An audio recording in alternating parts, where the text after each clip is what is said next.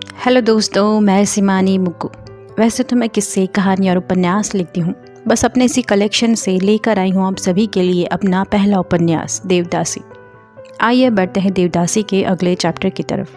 देवदासी chapter 48। Court की अगली तारीख 5 दिनों के बाद निश्चित हुई। चारों कोर्ट रूम से बाहर निकलकर बड़ी ही निराशा में गर्त थे। और तभी कार्तिकेय पर किसी का फ़ोन आता है।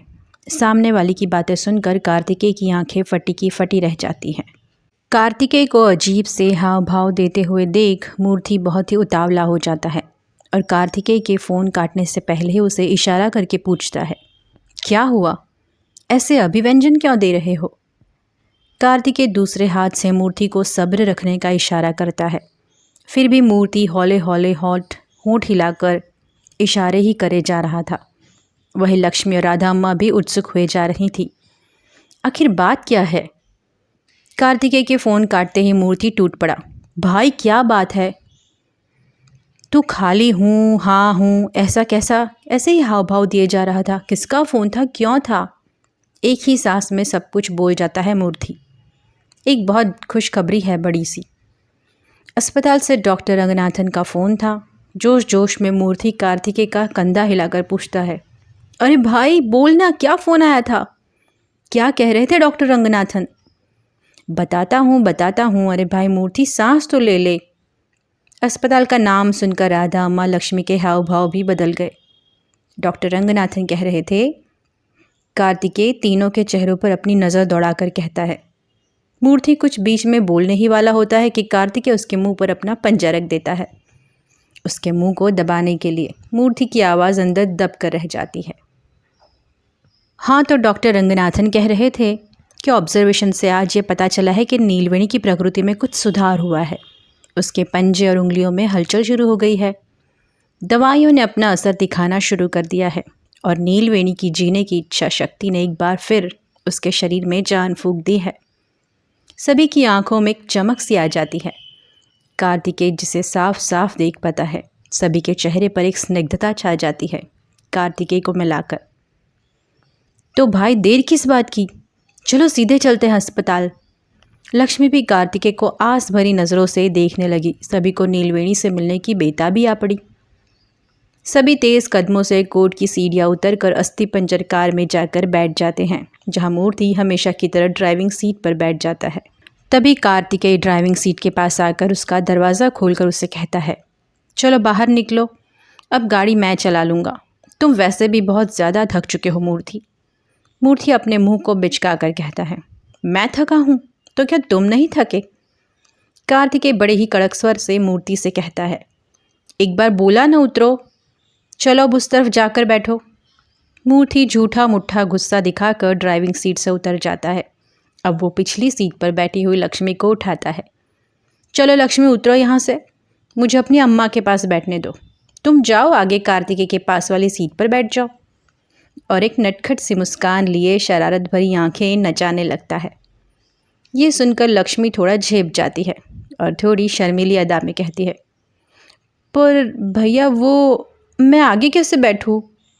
मूर्ति उसकी बात को काट कर कहता है, हाँ जी, वो मैं क्या कह रही हो? एक बार बोला ना, मुझे अपनी अम्मा के पास बैठना है। चलो जाओ, निकलो आगे। राधा अम्मा मूर्ति की सारी शरारतें समझ गई और कार्तिकेय भी। मूर्ति के इस रवैये पर कार्तिकेय ने अपनी भौहें सिकोड़ी, दोनों हाथों को हवा में उछाल दिया। बेचारी लक्ष्मी चुपचाप से मूर्ति के आदेश का अनुकरण करती है। राधा अम्मा लक्ष्मी का चेहरा देखकर मंद मंद मुस्काती है।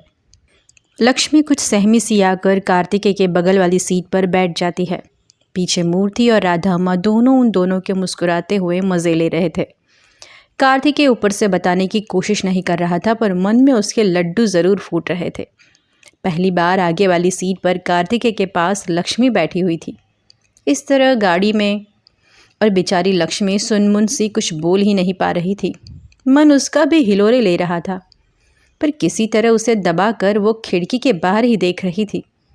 तभी मूर्ति नटखट मिजाज में चिल्लाकर बोल पड़ता है, चल भाई, क्या आज रात कोर्ट के बाहर ही गुजारनी है? वैसे भी ये ढीली ढाली अस्थि पंजर सी गाड़ी हमें कब पहुंचाएगी पता नहीं। कार्तिकेय तुरंत गाड़ी स्टार्ट कर देता है। गाड़ी चलाते हुए कार्तिकेय एक बात कहता है, कुछ भी कह लो भाई मूर्ति, जैसी तैसी कैसी भी गाड़ी हो, पर है बड़ी लकी हमारे लिए। देर से ही सही इसने हमें कोर्ट भी पहुंचाया, और अब देखो नीलवेणी का शुभ समाचार भी आ गया अस्पताल से, और देखो हम सब सही सलामत भी हैं। राधा अम्मा सजल नेत्रों से स्मित करके कहती हैं, बिल्कुल सही कह रहे हो कार्तिकेय तुम।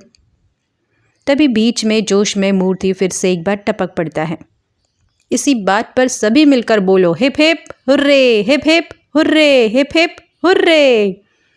मूर्ति अकेले अकेले ही बोल जाता है, बाकी सभी हंसने लग जाते हैं, और बेचारी लक्ष्मी को मूर्ति के कहे हुए एक भी शब्द का मतलब जान नहीं पड़ा। उसे यह शब्द किसी परग्रहवासी भाषा से जान पड़े। उन लोगों की गाड़ी सीधे अस्पताल जाने के लिए निकल पड़ी। काफ़ी वक्त लग गया उस अस्थि पंजर गाड़ी में पहुंचते पहुंचते। अस्पताल पहुंचते रात हो गई और आखिरकार अस्पताल पहुंच ही गए। काफ़ी थक चुके थे सभी। आज का पूरा दिन काफ़ी भारी बीता था उनके लिए, पर नीलवेणी से मिलने की आस ने उनकी इस थकान को परे कर दिया था। अपनी गाड़ी को अस्पताल के पार्किंग एरिया में पार्क कर चारों अस्पताल में तेज़ी से प्रवेश करते हैं। लक्ष्मी कुछ लंगड़ा कर चलने लगी, उसके घुटनों में सुबह जो चोट लगी थी उसकी वजह से, और बहुत वक्त तक गाड़ी में एक ही ढंग से बैठने की वजह से उसके घुटने अकड़ चुके थे।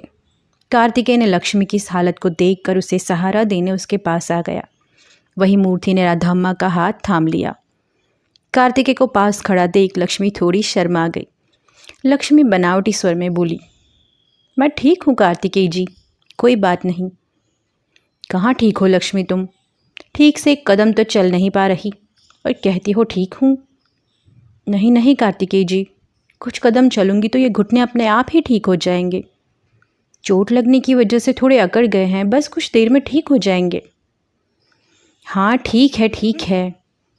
धैर्यशाली हुड़गी यानी कि बहादुर लड़की, कार्तिकेय शरारती अंदाज में बोला। अपना एक हाथ दो, या तो फिर मेरे कंधे पर अपना हाथ रख कर चलो। कार्तिकेय जी आपका जख्म भी तो देखिए, चोट का सर पर सूख चुका है और खून भी जम चुका है। लक्ष्मी ने हौले से कार्तिकेय के जख्म पर हाथ फेरते हुए कहा। जख्म पर हाथ फेरते हुए लक्ष्मी के हाथ कार्तिकेय के बालों तक चले गए और उसके बालों से उंगलियां फेर कर उसने कार्तिकेय के बालों को संवारा। लक्ष्मी के स्पर्श से कार्तिकेय के तन बदन में गुदगुदी सी हो गई। उसने लक्ष्मी के उसी हाथ को पकड़कर हथेली के पिछले हिस्से को चूम लिया और अपने हाथ में एक पकड़ बना ली, उसे सहारा देने के लिए।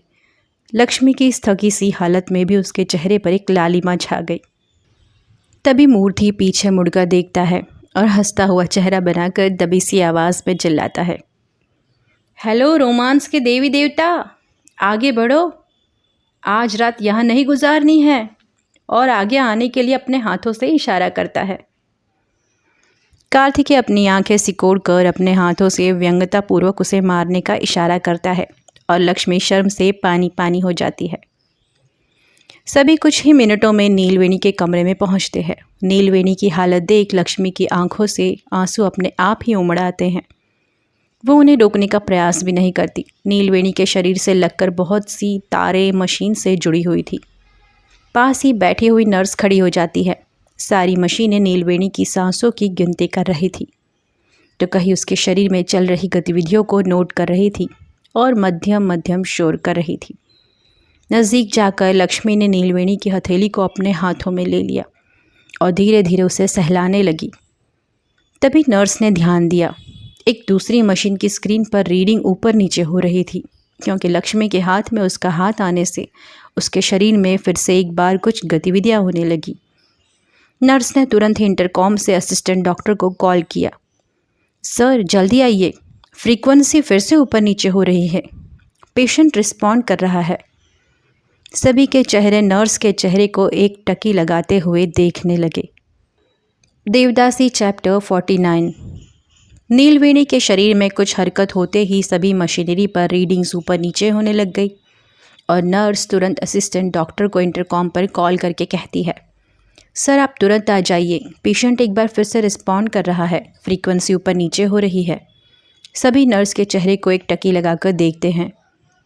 डॉक्टर तुरंत दौड़कर नीलवेणी के कमरे में आते हैं नर्स को कुछ इंस्ट्रक्शन देते हैं।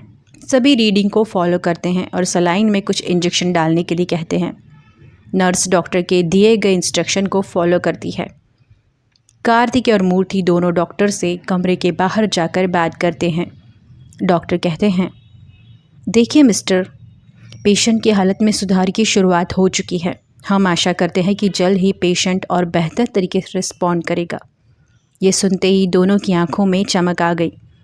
हमें उम्मीद है कि बहुत जल्द ही पेशेंट हमारे बीच हंसने बोलने लगेगी। आज 2 बार ऐसा हुआ है। उनके शरीर ने कुछ हरकत की है। ये सब कुछ सिर्फ उनकी इच्छा शक्ति से हुआ है। और हाँ, ऑफ कोर्स हमारी ट्रीटमेंट का भी असर है। अंदर लक्ष्मी नीलवेणी के पास ही उसके हाथों को अपने हाथों में लेकर वहीं बैठ गई, एक नई उम्मीद के साथ।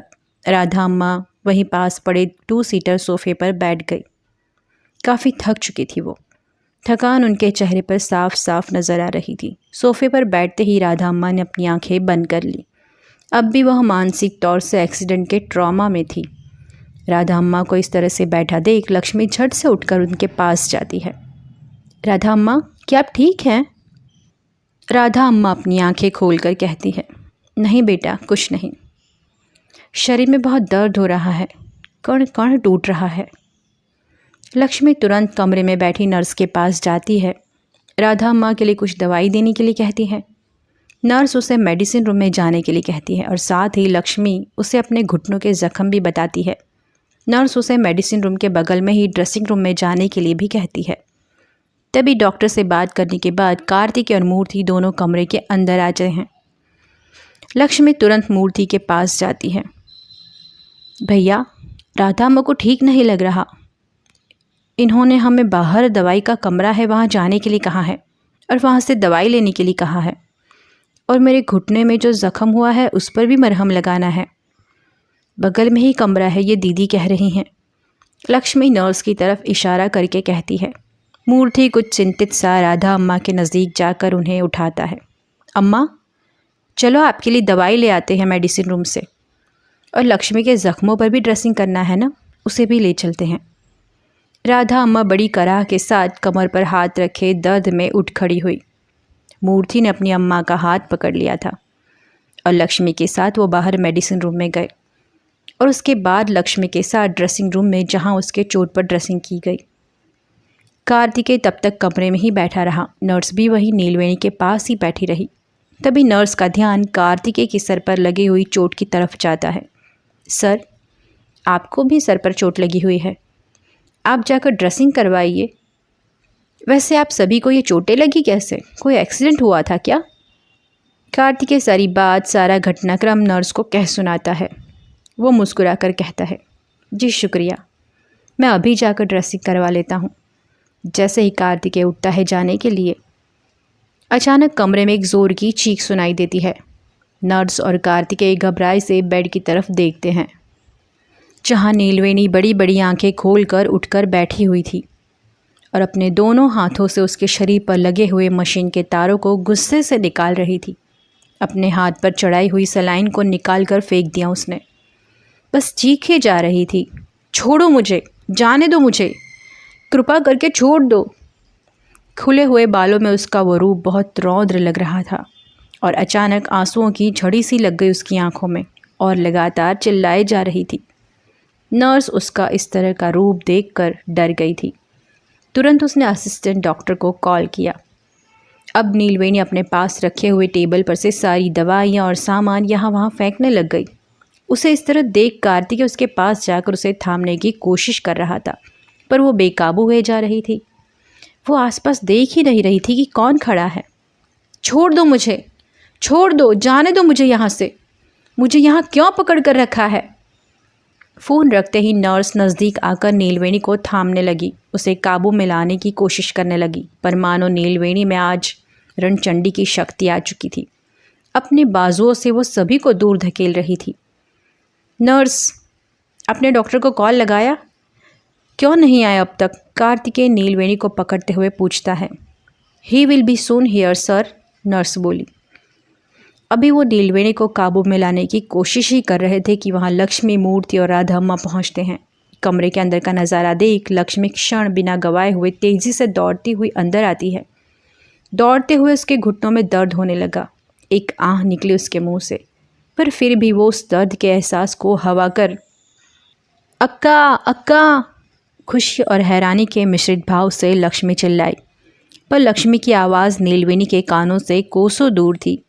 किसी की आवाज़ उसे आज रोक नहीं सकती थी, मानो उसके कान बहरे हो गए थे, कुछ भी ना सुन पा रही थी।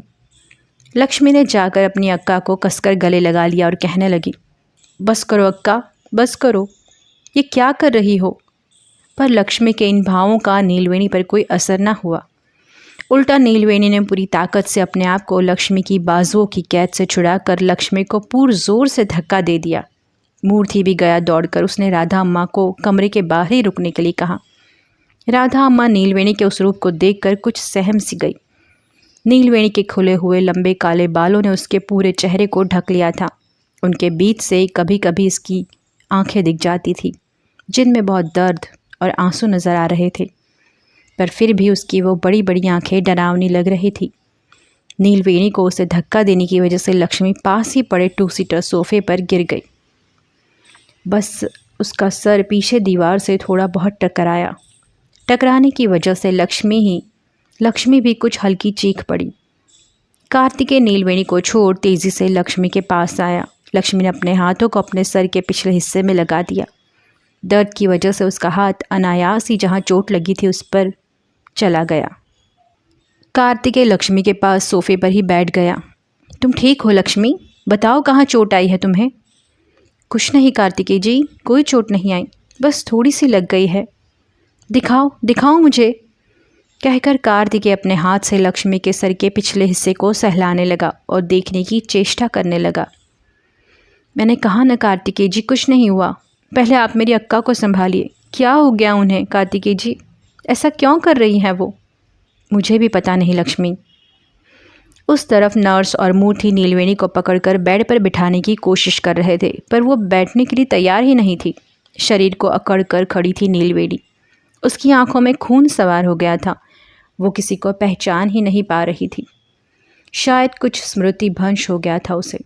दोनों उसे अभी नियंत्रण में लाने की कोशिश कर रहे थे कि तभी असिस्टेंट डॉक्टर बिजली की गति से अपने 2 वार्ड बॉय के साथ कमरे में प्रवेश करते हैं। उन्हें रास्ता देने के लिए राधा अम्मा एक तरफ हो जाती हैं। अंदर का मंजर बहुत भयावह था। सारी चीज़ें टूटी फूटी बिखरी अस्त व्यस्त सी पड़ी थी। ऐसा लग रहा था मानो कोई पागल खाने से छूटकर तबाही मचा चुका था। वार्ड बॉय के हाथों में रस्सियाँ थी। एक क्षण भी गंवाए बिना दोनों वार्ड बॉय ने नीलवेणी को पकड़ने की कोशिश की। डॉक्टर के हाथ में एक सिरिंज थी, जो वो आते हुए हाथ में ही लेकर आए थे। उन दोनों वार्ड बॉय के काबू में भी अब नहीं आने वाली थी। डॉक्टर ने पास जाकर चुपके से नीलवेणी के एक बाजू पर सिरिंज को ऊपरी सतह पर गाड़ दिया। सिरिंज गाड़ते ही नीलवेणी का ध्यान भंग हुआ। तुरंत दोनों वार्ड बॉय ने उसके दोनों हाथ पकड़कर और दोनों पैर पकड़कर पूरी ताकत के साथ उसे बिठाकर बेड पर धम से पटका और उसके दोनों हाथों को और पैरों को बेड से मोटी मोटी रस्सियों से बांध दिया। तब तक नीलवेणी का शरीर धीरे धीरे उसके काबू में आया और कुछ अचेतन हो गया। धीरे धीरे उसकी पलकें किसी नशेड़ी की भांति भारी हो गई और आंखें अपने आप ही बंद हो गई और पूरा शरीर ठंडा पड़ गया। अब फिर से वो अचेतन अवस्था में जा चुकी थी। नीलवेणी की ऐसी हालत देख लक्ष्मी अपने आप को रोक नहीं पाई और फूट फूट कर रोने लग गई। ये क्या हो गया कार्तिकेय जी? इतने वक्त बाद तो अक्का को होश आया था, ऐसा क्यों हुआ? और इन लोगों ने उन्हें फिर से क्यों सुला दिया? तुमने देखा नहीं लक्ष्मी? कार्तिकेय ने लक्ष्मी के कंधे को सहलाते हुए कहा।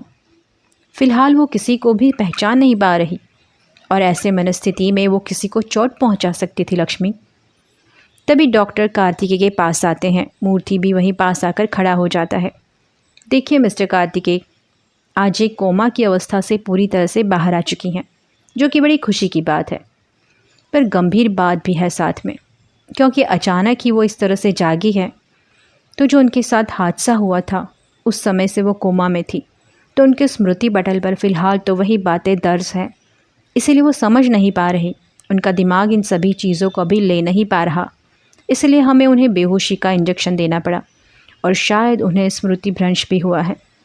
अचानक से उनके दिमाग पर जोर आ रहा है। अभी उनका दिमाग इन सारी चीज़ों को इतना सारा भार एडजस्ट नहीं कर पा रहा। उन्हें नॉर्मल होने में कुछ वक्त लगेगा। शायद होश में आने के बाद उन्हें टेम्पररी मेमोरी लॉस भी हो सकता है। कार्तिक और लक्ष्मी की आंखें फटी की फटी रह जाती है यह सुनकर। उनके चेहरे पर आई चिंता की लकीरों को डॉक्टर भांप जाते हैं और कहते हैं, अरे देखिए मिस्टर कार्तिकेय, आप टेंशन मत लीजिए। टेम्पररी मेमोरी लॉस ये कुछ वक्त के लिए ही रहेगा, हमेशा ही नहीं रहेगा। धीरे धीरे उन्हें सब याद आता जाएगा और उसमें आप सबको उनकी मदद करनी होगी। धीरे धीरे स्टेप बाय स्टेप उन्हें याद दिलाना पड़ेगा। और याद रहे, एक साथ कुछ भी नहीं। और या तो ऐसा भी हो सकता है कि आंखें खोलते ही वो आप सभी को पहचान जाए, उन्हें सब कुछ याद हो, सभी घटनाक्रम उनके साथ हुए हों, आप कौन हैं वगैरह वगैरह, कुछ भी हो सकता है। पर फिलहाल इस बात की खुशी है कि अब अपनी अचेतन अवस्था से लौट चुकी हैं। ये सुनकर सभी के दिलों को राहत हुई। राधा अम्मा भी अंदर आ चुकी थी और इनकी बातों से जुड़ चुकी थी। उस तरफ नर्स फिर से सभी मशीनरी के तार नीलवेणी के शरीर से जोड़ रही थी, सलाइन लगा रही थी और दूसरे वार्ड बॉय कमरे में फैला हुआ सारा सामान तय कर रहे थे। सभी बातें विस्तार से कहकर डॉक्टर कमरे से जा चुके थे। कमरे में आया हुआ तूफान थम चुका था। एक नीरव शांति पसर गई और सिर्फ मशीनों का मध्यम सुर कमरे में गूंज उठा। सभी की नज़रें नीलवेणी को ताके जा रही थी, उसके उस बेजान शरीर को। सभी के दिमाग में कुछ अलग अलग सोच चल रही थी नीलवेणी को लेकर। होश में आने के बाद क्या नीलवेणी सभी को फिर से पहचान पाएगी या फिर नहीं पहचान पाएगी? जानने के लिए बने रहे मेरे उपन्यास देवदासी के साथ। धन्यवाद।